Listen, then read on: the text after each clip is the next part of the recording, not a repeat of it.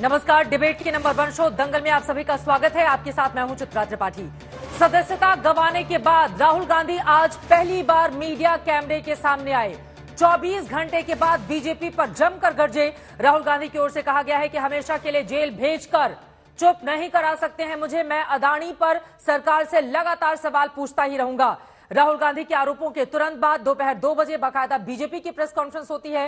राहुल के आक्रमण के बाद बीजेपी की प्रतिक्रिया सामने आई, जिसमें एक तरफ रविशंकर प्रसाद ने कहा है कि नाखून कटाकर खुद को शहीद दिखाना चाहते हैं राहुल गांधी, हर बात पर झूठ बोलते हैं। तो वहीं केंद्रीय मंत्री मेघवाल की ओर से कहा गया है कि सजा तो कोर्ट ने दी है, राहुल से अपमान का बदला लेगा ओबीसी समाज। अब ओबीसी समाज के अपमान का मुद्दा उठाकर यहां पर भारतीय जनता पार्टी लगातार आक्रमण कर रही है कांग्रेस पार्टी के ऊपर, राहुल गांधी के ऊपर। और इसी साल कई राज्यों में होने हैं विधानसभा के चुनाव। ओबीसी समुदाय वहां पर भारी तादाद में है और 2024 के लोकसभा चुनाव में भी इस मुद्दे को लगातार बीजेपी उठाती रहेगी। आज यही बातें कहते हुए रविशंकर प्रसाद प्रेस कॉन्फ्रेंस में नजर आए। दोनों ही तरफ से आरोप प्रत्यारोप का दौर चला। आज पूरे मामले में दिन भर किस तरह का घटनाक्रम रहा, कैसे दावे किए गए, क्या क्रिया और प्रतिक्रिया रही, उसको बताती हुई ये रिपोर्ट देखिए। उसके बाद करेंगे चर्चा की शुरुआत।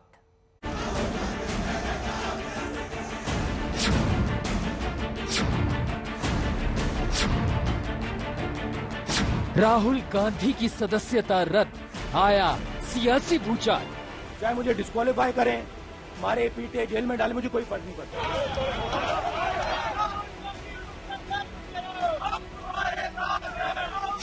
शहर शहर सड़कों पर उतरे कांग्रेसी कार्यकर्ता।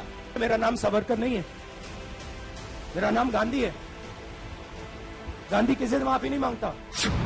सामने आए राहुल, सरकार पर जमकर हमला। नरेंद्र मोदी जी का अदानी के साथ क्या रिश्ता है? पीएम से सवाल, अदानी पर फिर बवाल।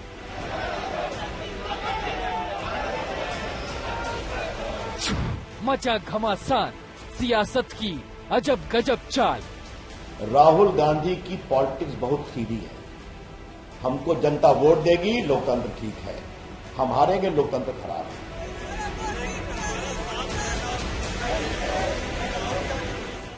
मैं पिछले भारत जोड़ो यात्रा में, आप मेरी कोई भी स्पीच देख लीजिए, मैं वहां कह रहा हूं सब समाज एक हैं, सबको एक साथ चलना चाहिए, भाईचारा होना चाहिए, नफरत नहीं होनी चाहिए, हिंसा नहीं होनी चाहिए। तो मेरी पोजीशन बिल्कुल क्लियर है। ये ओबीसी का मामला नहीं है, ये नरेंद्र मोदी जी और अदानी जी के रिश्ते का मामला है। 20,000 करोड़ रुपए जो अदानी जी को पता नहीं कहां से मिले, उसके बारे में मैं सवाल पूछ रहा हूं और उसका जवाब चाहिए। और उन्होंने क्या कहा था? ये सारे मोदी चोर क्यों होते हैं? मोदी बिहार, पूर्वी भारत, पश्चिम भारत में पिछड़े और अति पिछड़े समाज से आते हैं, सबसे बड़ी संख्या में। तो श्रीमान राहुल गांधी ने पिछड़े समाज का अपमान किया था पब्लिक मीटिंग में। आलोचना करने का अधिकार है, गाली देने का अधिकार नहीं है। और राहुल गांधी ने गाली दी थी, बेइज्जत किया था, बेबुनियाद बातें की थी। तो राहुल गांधी जी, अगर आपको गाली देने का अधिकार है, एब्यूज करने का अधिकार है, तो जो पीड़ित होते हैं उनको कोर्ट में जाने का अधिकार है। सवाल पूछना मैं बंद नहीं करूंगा। नरेंद्र मोदी जी का अदानी के साथ क्या रिश्ता है और 20,000 करोड़ रुपए किसके हैं, मैं पूछता जाऊंगा। मुझे कोई डर नहीं लगता इन लोगों से। और अगर ये सोचें कि मुझे डिस्क्वालीफाई करके, धमका के, जेल में डाल के मुझे बंद कर सकते, नहीं, मेरी वो हिस्ट्री नहीं है। मैं हिंदुस्तान के लोकतंत्र के लिए लड़ रहा हूं और मैं हिंदुस्तान के लोकतंत्र के लिए लड़ता रहूंगा। किसी चीज से नहीं डरता हूं, यह सच्चाई है। तो राहुल गांधी की पार्टी की तरफ से उनको कोर्ट से स्टे दिलाने की कोशिश क्यों नहीं हुई? भाजपा यह कोशिश करना चाहती है। क्या नाखून कटाकर शहीद होने की कोशिश कर रहे हैं? हमारा स्पष्ट आरोप है, जानबूझकर यह नहीं किया गया ताकि कर्नाटक के चुनाव में राहुल गांधी के प्रकरण को भुनाया जाए। और ऐसा संकेत उनकी बहन के साथ साथ बाकी लोगों ने भी कहा है। यह बात हम स्पष्ट कहना चाहते हैं। इसलिए जो पूरा प्रकरण है आज का प्रेस कॉन्फ्रेंस, ये सब कुछ एक सोची समझी रणनीति है कि राहुल गांधी को एक बलिदानी बताओ और कर्नाटका में इसका लाभ लो। या फिर तीसरी बात है, क्या कांग्रेस के अंदर कुछ अंदरूनी पॉलिटिक्स चल रही है? राहुल को कांग्रेस से हटाओ और कांग्रेस बचाओ, इसका जवाब तो कांग्रेस को देना पड़ेगा।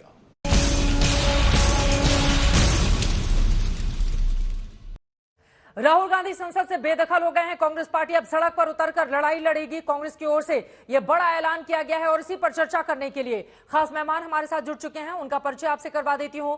मुख्तार अब्बास नकवी साहब, आप पूर्व कैबिनेट मिनिस्टर हैं, इस वक्त हमारे साथ जुड़े हुए हैं। बहुत स्वागत है साहब का। स्टूडियो में कुलदीप कुमार जी, आम आदमी पार्टी के विधायक और प्रवक्ता हमारे साथ मौजूद हैं और कांग्रेस पार्टी के प्रवक्ता अभय दुबे जी भी इस वक्त हमारे साथ जुड़ चुके हैं। लेकिन सबसे पहले नकवी साहब, शुरुआत आपसे ही करते हुए, राहुल गांधी ने दो टूक कहा है, डराएं धमकाएं जेल में डालें कुछ भी करें, लेकिन अडानी पर सरकार से सवाल वो पूछते रहेंगे। वो सावरकर नहीं कि माफी मांगे, वो गांधी हैं, झुकेंगे नहीं। ये समझ ही नहीं पाए कि ये कहां पर किस गड्ढे में जा रहे हैं। प्रॉब्लम ये नहीं है, प्रॉब्लम ये है कि आपको याद होगा जब से नरेंद्र मोदी जी को जनता ने जनादेश दिया है 2014 से, तब से ये लोग गुस्से में हैं। इनको लगता है कि परिवार तंत्र को पछाड़ करके एक गरीब, एक कमजोर परिवार से आने वाला व्यक्ति, गांव गरीब किसान, झुग्गी झोपड़ी के इंसान को, सरोकार को समर्पित व्यक्ति कैसे जो है वो 9 सालों तक सुशासन ही नहीं बल्कि देश की धाक और धमक को दिन दूना रात चौगुना बढ़ा रहे हैं। इसलिए जो लोग, जो डायनेस्टी डेमोक्रेसी से पूरी तरह से परास्त हुई है, डिफीट खाई है, उसको लगता है कि हर दिन जो है वो एक हिट एंड रन का खेल खेलो। आपको याद होगा कि अगर इन 9 सालों में देखें तो 900 से ज्यादा इन्होंने स्वीपिंग स्टेटमेंट दिए, झूठे और मनगढ़ंत आरोप दिए, चाहे वो देश की सुरक्षा का मामला हो, चाहे आर्थिक विषय हो, चाहे स्वास्थ्य से जुड़े हुए मुद्दे हो। मैं सबकी लिस्ट नहीं दे सकता जी। लेकिन हर इनका आरोप औंधे मुंह गिरा। उसके बाद भी इन्होंने शर्मिंदगी महसूस नहीं की। आज जो है वो अगर कोर्ट ने इनको सजा दी है, कोर्ट ने इसमें निर्णय किया है, तो अब कोर्ट से भी गुस्सा आपका जो है संसद से भी गुस्सा, संविधान से भी गुस्सा, संवैधानिक संस्थाओं से भी गुस्सा, और आपको लगता है कि ये जो परिवार तंत्र है यही इसको ही प्राथमिकता मिलना चाहिए, प्रजातंत्र को प्राथमिकता नहीं मिलनी चाहिए। इसलिए एक बात उनको गलतफहमी अपने दिमाग से निकाल देनी चाहिए।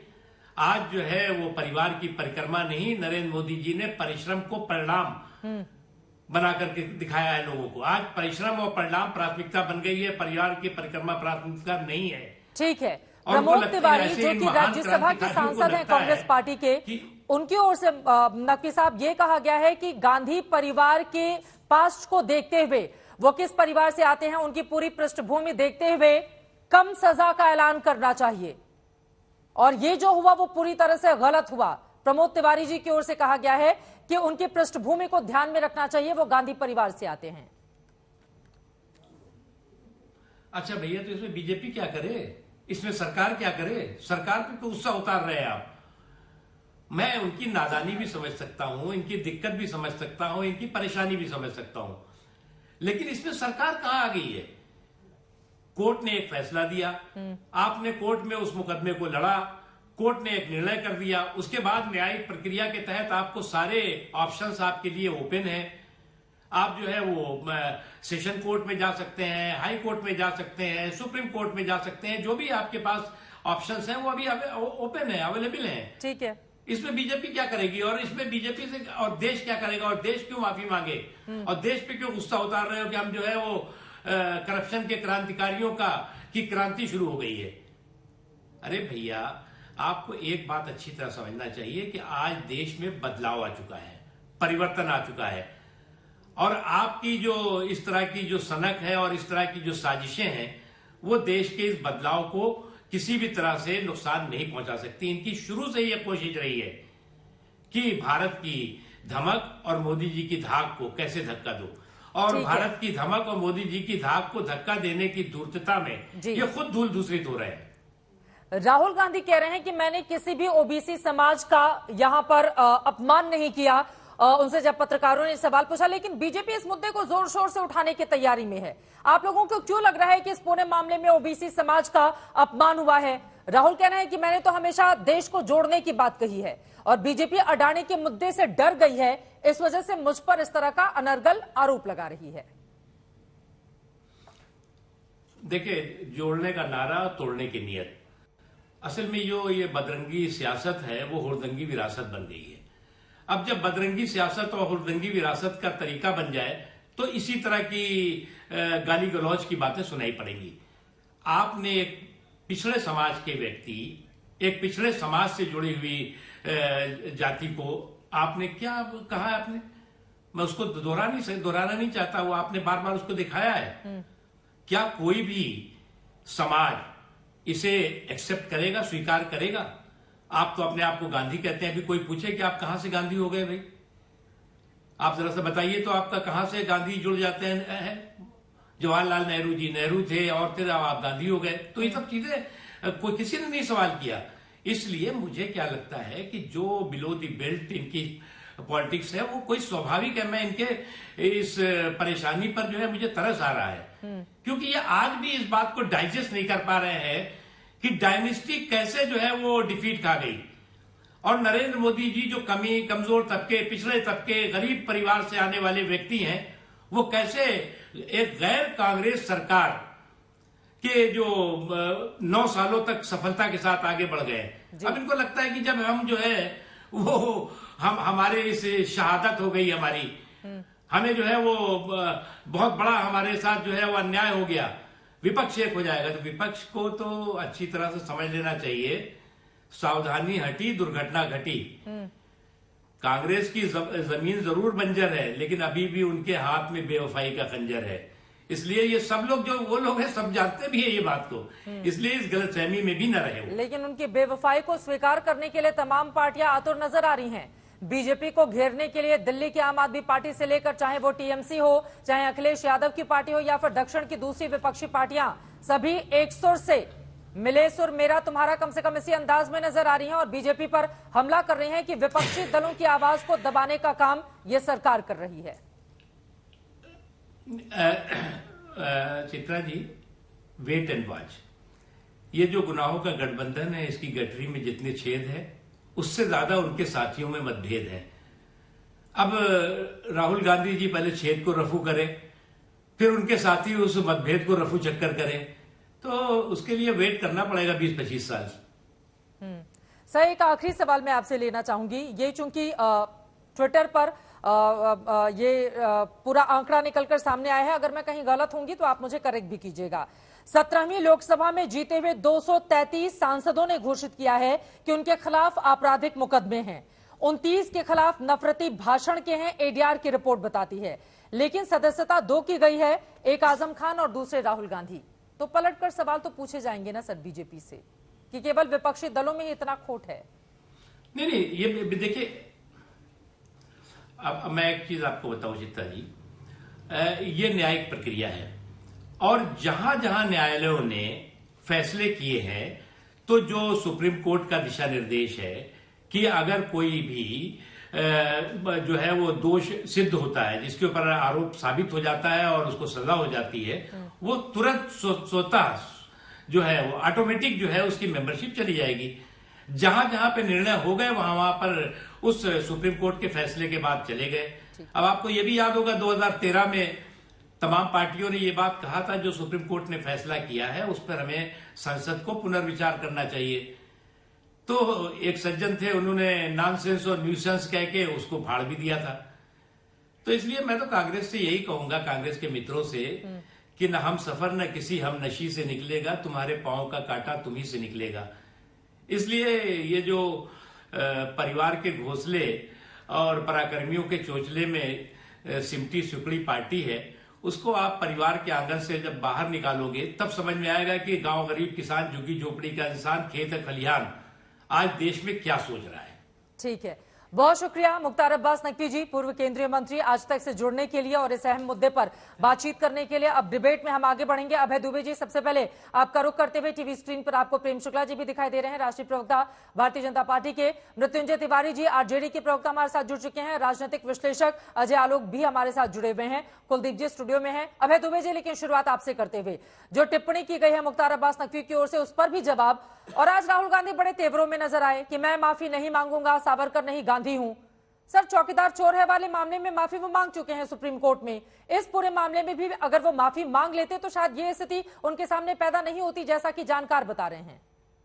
बीजेपी कह रही है कि नाखून कटाकर शहीद होने चले हैं राहुल गांधी। चित्रा जी, जब नाश मनुष्य पर छाता है तो पहले विवेक मर जाता है। विनाश काले विपरीत बुद्धि है भारतीय जनता पार्टी की। राहुल गांधी जी ने साफ कहा है, उन्होंने कहा कि जो सबसे बेहतर मेरे लिए कर सकते थे वो किया।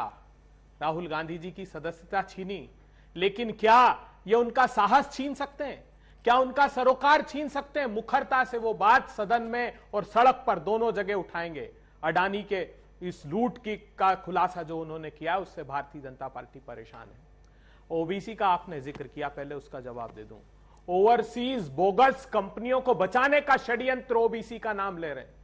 क्या मेहुल चोकसी, नीरव मोदी, ललित मोदी, निशल मोदी, अभी मोदी ओबीसी समुदाय का रिप्रेजेंटेशन है? ये भगोड़े क्यों ओबीसी समुदाय का आप अवमानना कर रहे हैं? समूचे देश की बड़ा गौरवशाली समाज है वो कभी प्रतिनिधित्व नहीं करता ऐसे बैंक फ्रॉस्टर्स का, जो हिंदुस्तान के अंतिम पंक्ति में खड़े हुए लोगों का पैसा लूट कर भाग जाए। पूछिएगा मुख्तार अब्बास नकवी जी से कि अल्बुला इन्वेस्टमेंट कौन है, क्रेस्टा फंड कौन है, एशिया इन्वेस्टमेंट फंड कौन है। मॉरिशस की तीनों कंपनियों का एक एड्रेस है। 45,000 करोड़ रुपए के निवेश का आरोप है। पूछिएगा इलारा कंपनी कौन है, जो अडानी डिफेंस के साथ साझेदारी रखती है, जिस पर आरोप है स्टॉक मैनिपुलेशन का। वो मिसाइल और रडार अपग्रेडेशन के क्षेत्र में काम करती है। ये सवाल राहुल गांधी जी ने खड़े किए। उन्होंने ये सवाल खड़े किए सदन में कि कैसे एक आदमी को मिनिस्ट्री ऑफ एक्सटर्नल अफेयर्स और नीति आयोग के विरोध के बावजूद 6 एयरपोर्ट दे दिए।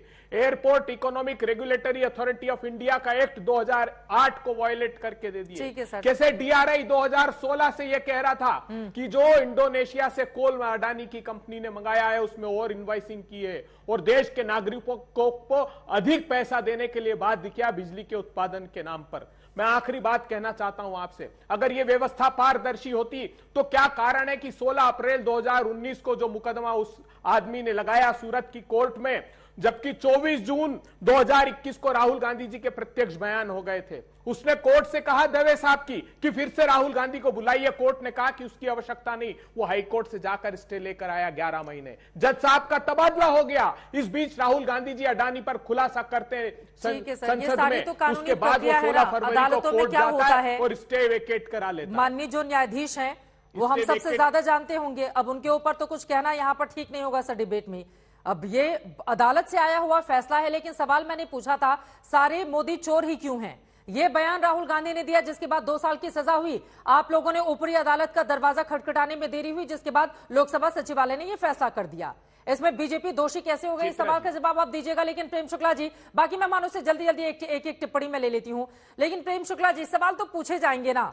अब मतलब सारे खोट दूसरी ही पार्टी के नेताओं में दिखाई देते हैं और राहुल गांधी ने साफ साफ कह दिया है कि सावरकर हूं नहीं, माफी नहीं मांगूंगा, चाहे जेल भी भेज दे बीजेपी मुझे।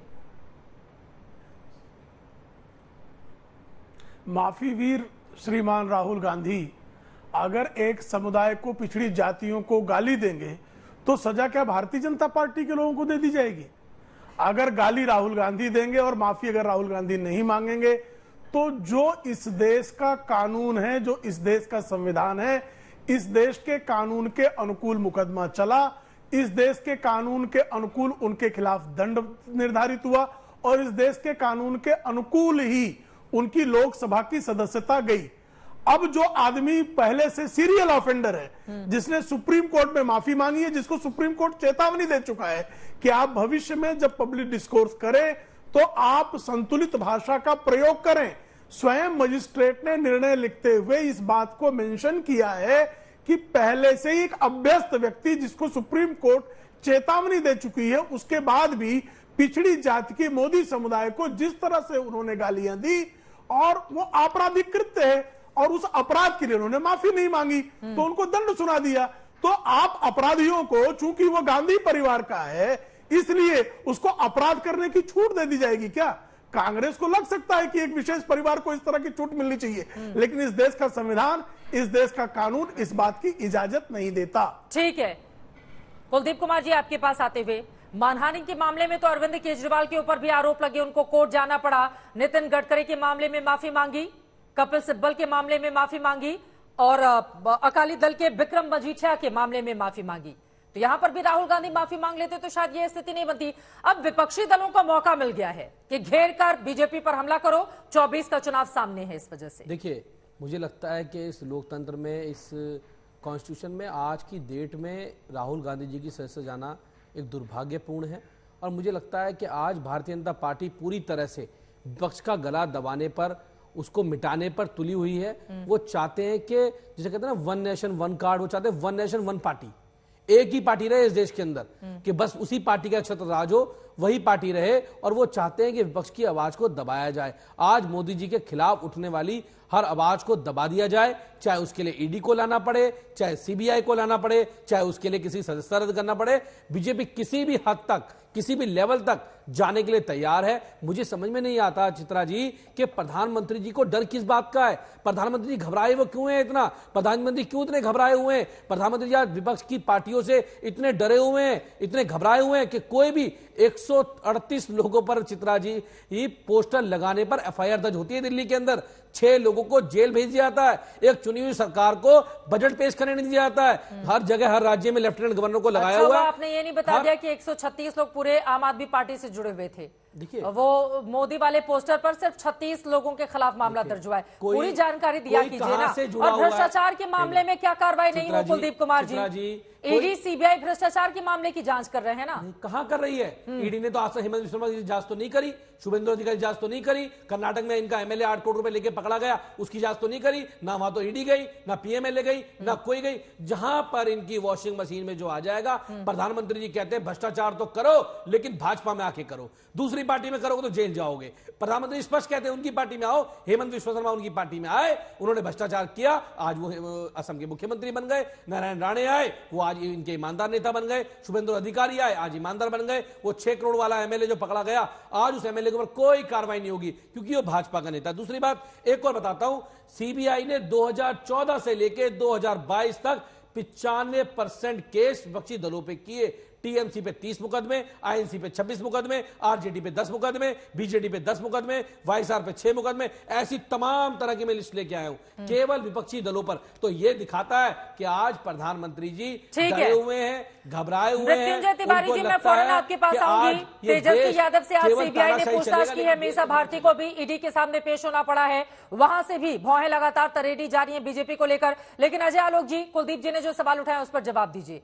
95% विपक्षी दलों पर अगर मामले दर्ज कर लिए जाएंगे, ईडी सीबीआई सिर्फ उन्हीं के खिलाफ जांच करेंगी, तो फिर पूछा जाएगा ना पलटकर कि खाली विपक्षी दलों में ही बैठे हुए हैं लोग जिन पे आरोप एक मिनट, 10 साल यूपीए के शासन रहा, सीबीआई ईडी की जांच किस पे चली? यूपीए के लोगों पे ही चली। सवाल तो ये उठता है ना कि जिस पे आरोप लगेंगे उसी की जांच तो करेगी एजेंसी। ये फोन कट गया, इसको फिर से कर दीजिए। आप अपनी बात मेरा ये कहना है कि आज जो राहुल गांधी की बात कर रहे हैं, अभय दुबे जी इतना लंबा चौड़ा भाषण दे गए, न्यायपालिका पे भी सवाल उठा दिए, जजेस पे सवाल उठा दिया कि जज का तबादला कर दिया गया, ये कर दिया गया, वो कर दिया गया। भाई राहुल गांधी को सजा किस मामले में मिली? क्योंकि उन्होंने ओबी मोदी समाज के लिए अपशब्द का प्रयोग किया कि सारे मोदी चोर क्यों होते हैं, सारे चोर मोदी ही क्यों होते हैं, तो इसलिए उनको यह सजा मिली। तो ये तो क्लियर हो गया ना कि ओबीसी समाज का अपमान किया, इसलिए न्यायालय ने प्रथम दृष्टया में उन्हें सजा दी। अब वो माफी मांगने को भी तैयार नहीं थे। अब आज की तारीख में आप ये सोची समझी स्ट्रैटेजी के तहत कर रहे हैं तो ठीक है कि भाई मैं माफी नहीं मांगूंगा और मेरी सदस्यता जाएगी, उसके बाद हम स्टे ले लेंगे, लेकिन हम देश भर में घूमेंगे सहानुभूति लेने के लिए, तो वो अलग बात हो गई। हाँ, अब दूसरी बात। जी बोलिए बोलिए, आपकी आवाज आ रही है। हाँ, आलोक जी बोलिए, आपकी आवाज आ रही है?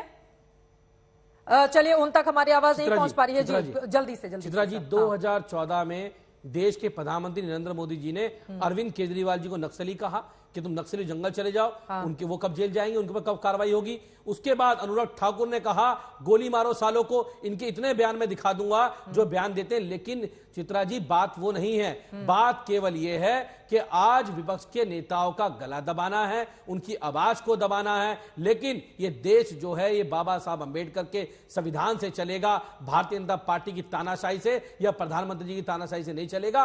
देश संविधान से चलेगा, कानून से चलेगा। लेकिन आज विपक्ष के नेताओं की गलत, हमारी राहुल गांधी जी से 100 मतभेद है, हमारी उनसे कोई दोस्ती नहीं, बहुत मतभेद है हमारे। लेकिन उन मतभेदों के बाद भी अगर लोकतंत्र के ऊपर, इस देश की डेमोक्रेसी के अंदर, इस देश के संविधान के ऊपर अगर हमला होगा तो आम आदमी पार्टी उसकी लड़ाई को लड़ने के लिए सबसे अग्रणी श्रेणी में खड़ी होगी, उस लड़ाई को लड़ने का काम ठीक है। लेकिन भ्रष्टाचार के मामले जहां पर होंगे वहां पर जांच तो जारी रहेगी ना। एक बार आपके पास मृत्युंजय तिवारी जी, आपके पास आते हुए, ठीक है, ये इस पूरे मामले में पॉलिटिक्स हो रही है। अजय आलोक जी, मैं फौरन आ रही हूं, एक बार मृत्युंजय जी की बात हो जाए।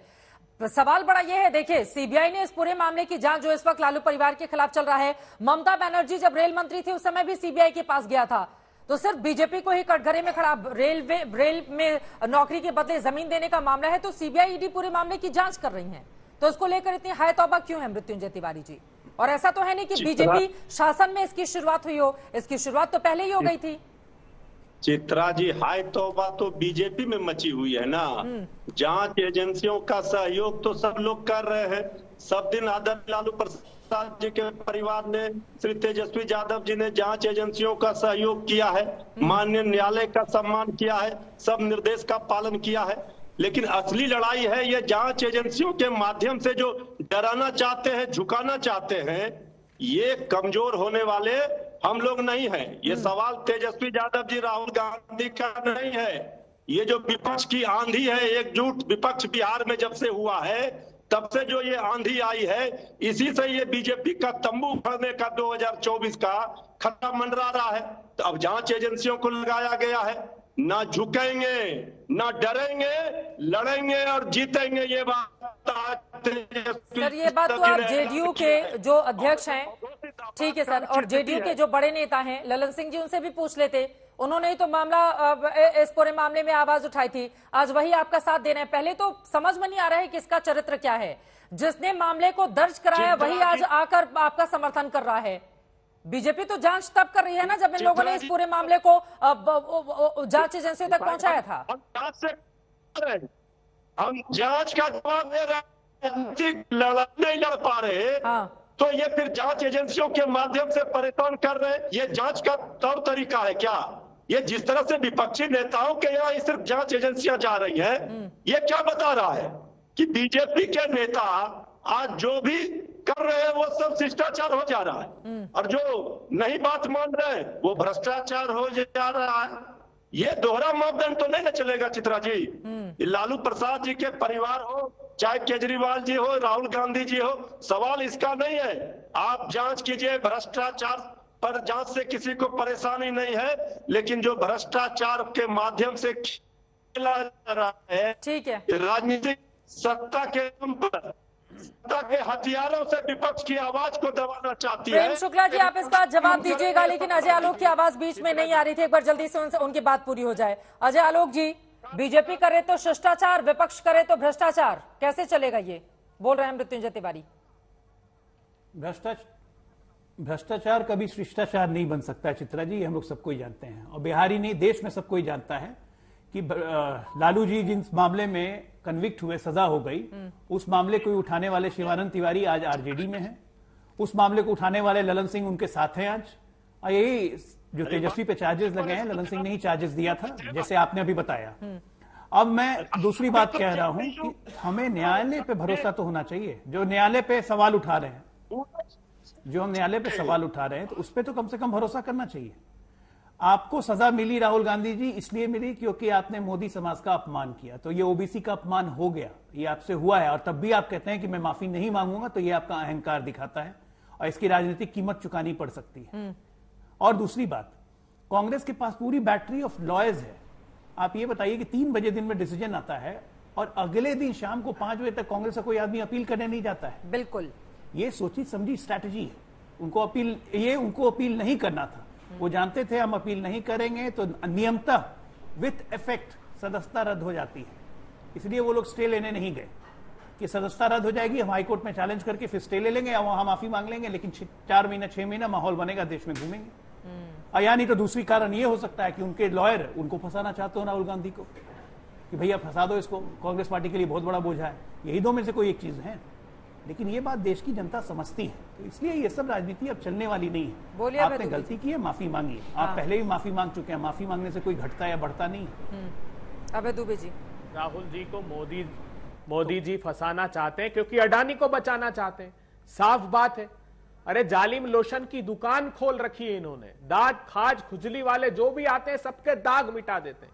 पूछिए ना, कहते थे हेमंत बिस्वा शर्मा, एक बुकलेट निकाली थी उसके खिलाफ कि लुई बर्जर के केस में प्रमाण हमारे पास है, एक बुकलेट निकाली, उन्होंने सदस्यता ली, सारे पाप उनके धुल गए। नारायण राणे आदर्श घोटाले का आरोप लगाते थे कि सबसे बड़ा घोटाला इन्होंने किया है, वो सबसे आदर्शवादी नेता हो गए। शुभेंदु अधिकारी, भाग मुकुल भाग, भावना गौली, आप देखिए एक के बाद एक फहरिस्त है, यशवंत जाधव, यामिनी जाधव, ये सब शिंदे सेना में शामिल हो गए, सारे पाप धुल गए। प्रताप सरनाइक, एक के बाद एक। इन लोगों को सिर्फ और सिर्फ राहुल गांधी जी से तकलीफ ये है, और कितनी घृणित कृत्य कर रहे हैं ये। मैं प्रामाणिक रूप से कह रहा हूं कि नीरव मोदी, ललित मोदी, निशल मोदी, अमी मोदी, इनको अगर आप ओबीसी समाज से जोड़ते हो तो पूरे ओबीसी समाज का अपमान करते हो। 5,35,000 करोड़ रुपए ओबीसी समाज, अंतिम पंक्ति में खड़े हुए लोगों के बैंक फ्रॉस्टर्स हैं ये, हिंदुस्तान से भाग गए। अरे सीबीआई ईडी का डर बताते हो, वो सीबीआई ने विजय माल्या का लुकआउट नोटिस चस्पा कर दिया था सब एयरपोर्ट पे कि दिखते ही पकड़ लेना,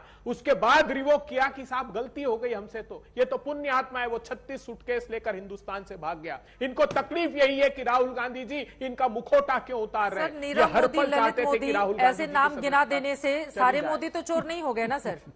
बयान तो सारे मोदी चोर हैं को लेकर मचा हुआ है, सजा तो इस बयान पर हुई है। नीरव मोदी और संदेशरा बंधु जी, बोलिए। इनका, चित्रा जी आप नहीं जानते इनकी मोडस ऑपरेंडी को, अभी नेशनल हेराल्ड के केस में भी यही किया, ये देख लीजिए। जो ट्रायल कोर्ट है, वो ट्रायल कोर्ट, समीर विशाल ये कह रहे हैं कि ये डिले, इन्होंने स्टे ले लिया है वहां पर भी, 2 साल से स्टे हाई कोर्ट से ले लिया। जैसे यहां सूरत की कोर्ट का स्टे लिया था, वहां पर भी स्टे ले लिया। वो जज कह रहा है ट्रायल कोर्ट का कि 2016 से प्रोसिक्यूशन एविडेंस पे लगा है केस। ये डिलेइंग टेक्टिक्स है आपकी, ये अनुकूलता चाहते हैं प्रतिपक्षियों को फंसाने के लिए और अपने लोगों को जो इनके यहाँ शामिल हो जाए। ऊपरी अदालत में क्यों नहीं जा रहे हैं अभय दुबे जी? इतना ही नहीं, ये प्रेम शुक्ला जी पर आरोप मरने तक कब तक ये चलेगा? ऊपरी अदालत का दरवाजा क्यों नहीं खटखटा रही है कांग्रेस?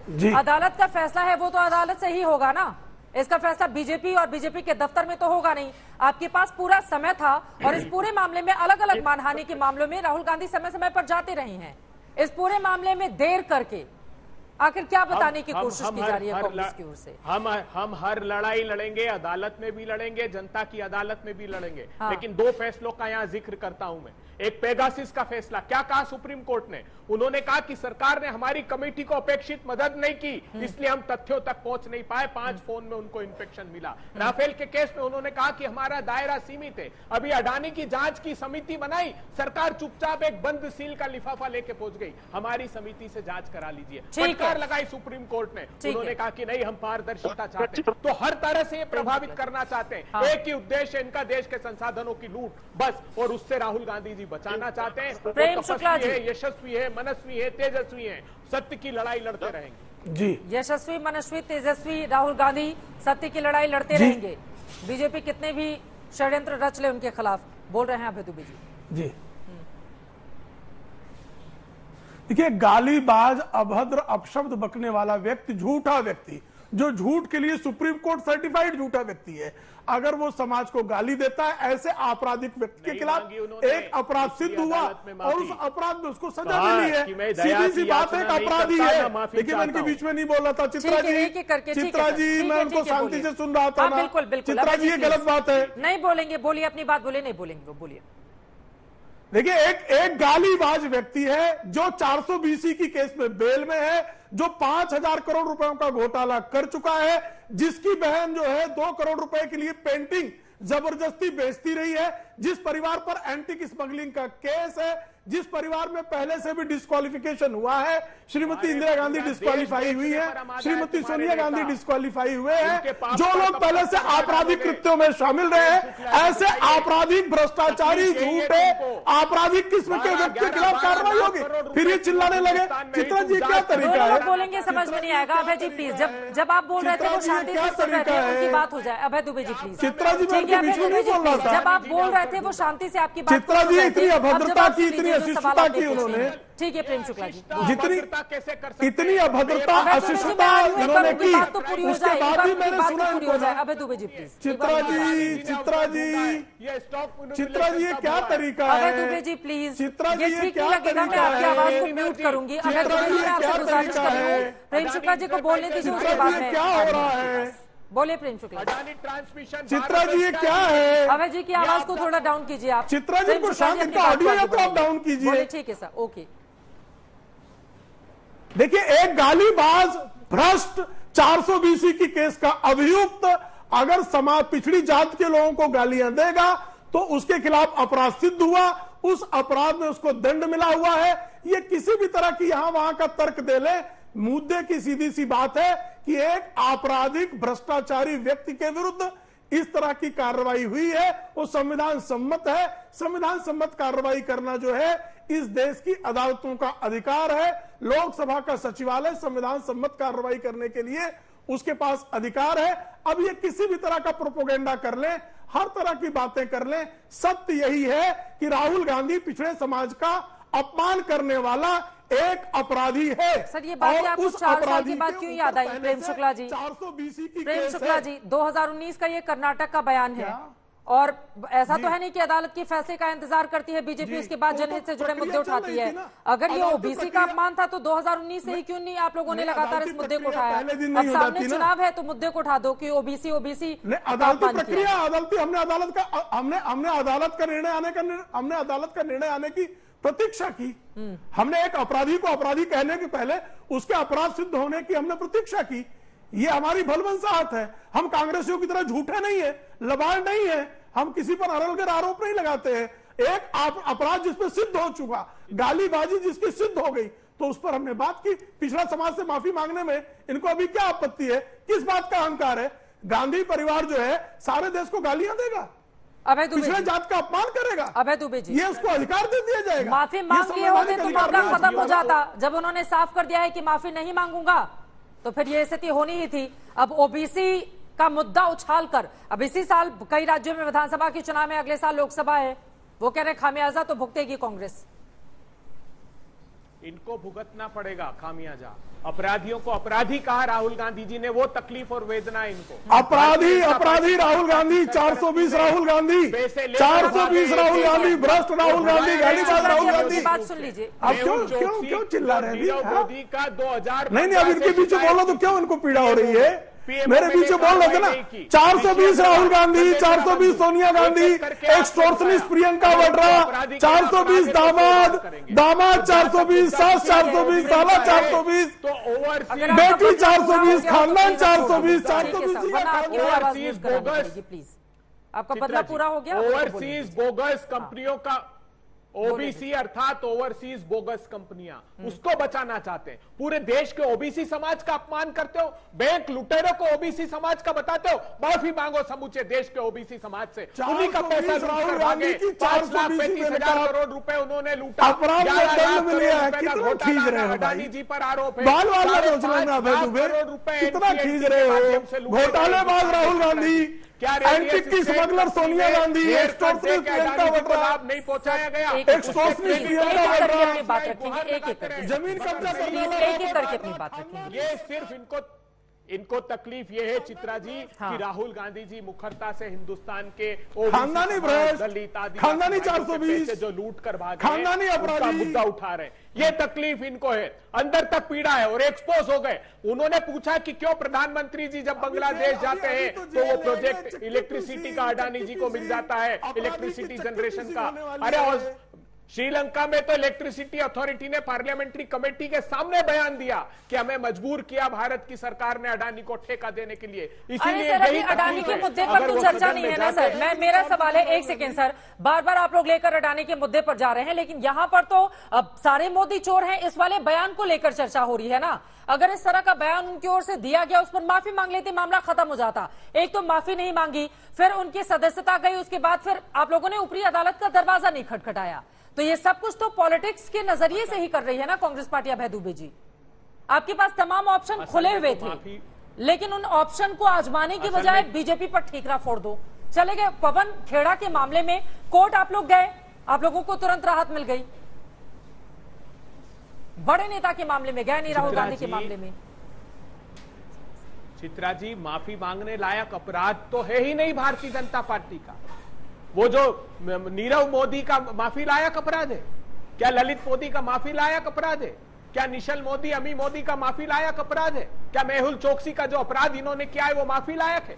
जो संदेशरा बंधु का, जो विजय माल्या का, ऋषि अग्रवाल का, अरे 15-15, 20-20 हजार करोड़ रुपए एक आदमी लेकर हिंदुस्तान से भागा और भगाया गया इनकी सत्ता की सरपरस्ती में। सीबीआई का नोटिस रिवोक करके भगाया गया। ये प्रामाणिक तथ्य अगर राहुल गांधी जी ये 4-5 नाम जो ले रहे हैं अभय दुबे जी, ये सारे मोदी तो नहीं है ना? फिर इस तरह का बयान देकर दो लोगों का, एक सेकेंड सर, जो दो लोग देश के बाहर हैं जिनके ऊपर बहुत सारे मामले भी चल रहे हैं, उनका नाम लेकर आपने अगर उनको कहा कि ये लोग भ्रष्टाचारी हैं, भाग कैसे गए, ये बातें समझ में आती हैं, लेकिन ये बोल देना कि सारे मोदी ही चोर क्यों हैं, इस बयान को लेकर यहां पर चर्चा हो रही है ना। कुलदीप जी, आप जल्दी से अपनी बात कहिए, उसके बाद बाकी लोगों के पास। देखिए चित्रा जी, आज तो प्रेम शुक्ला जी बता रहे हैं कि दलितों का अपमान हो गया, पिछड़ों का अपमान हो गया। प्रधानमंत्री जी का मतलब है दलितों पिछड़ों का अपमान हो गया। प्रधानमंत्री जी कहां सोए हुए थे 9 साल से? उनको याद नहीं आई जो हाथरस के अंदर दलित की बेटी को रात को जला के मार दिया गया? प्रधानमंत्री जी के मुंह से 2 शब्द नहीं निकले।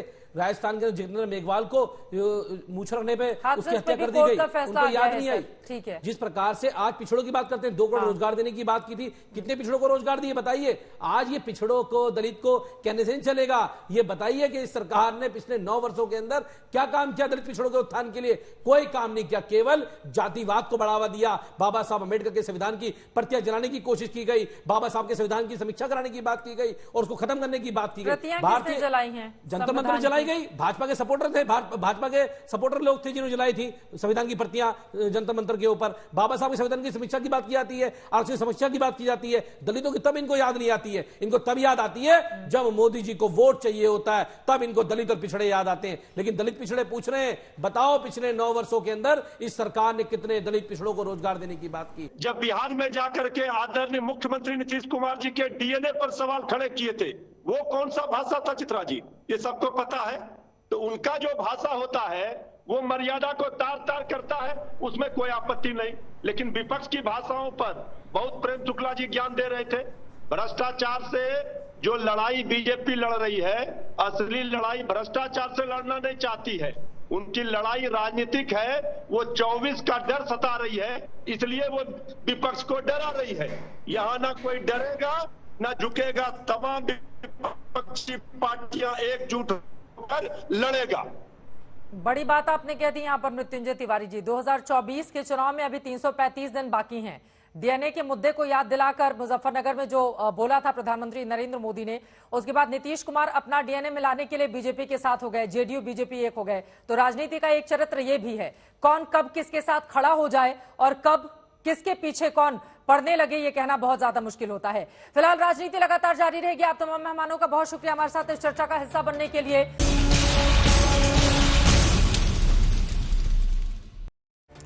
राहुल गांधी की सदस्यता रद्द हो गई, आगे कांग्रेस पार्टी क्या करेगी, ये बड़ा सवाल है। राहुल को 2 मोर्चों पर लड़ाई लड़नी है। एक तरफ जहां अपने राजनीतिक वजूद को बचाने की सियासत उनको करनी होगी लोगों के बीच जाकर, तो वहीं सबसे पहले ऊपरी अदालत से स्टे ऑर्डर करवाना होगा। क्या इस पूरे मामले में उनको शीर्ष अदालत उनकी बातें सुनकर राहत देगी या फिर मुश्किलें बढ़ेंगी, इस पर रहेगी आज तक की नजर। इसी के साथ दंगल में अभी के लिए बस इतना ही। देश और दुनिया की तमाम खबरों के लिए आप देखते रहिए आज तक।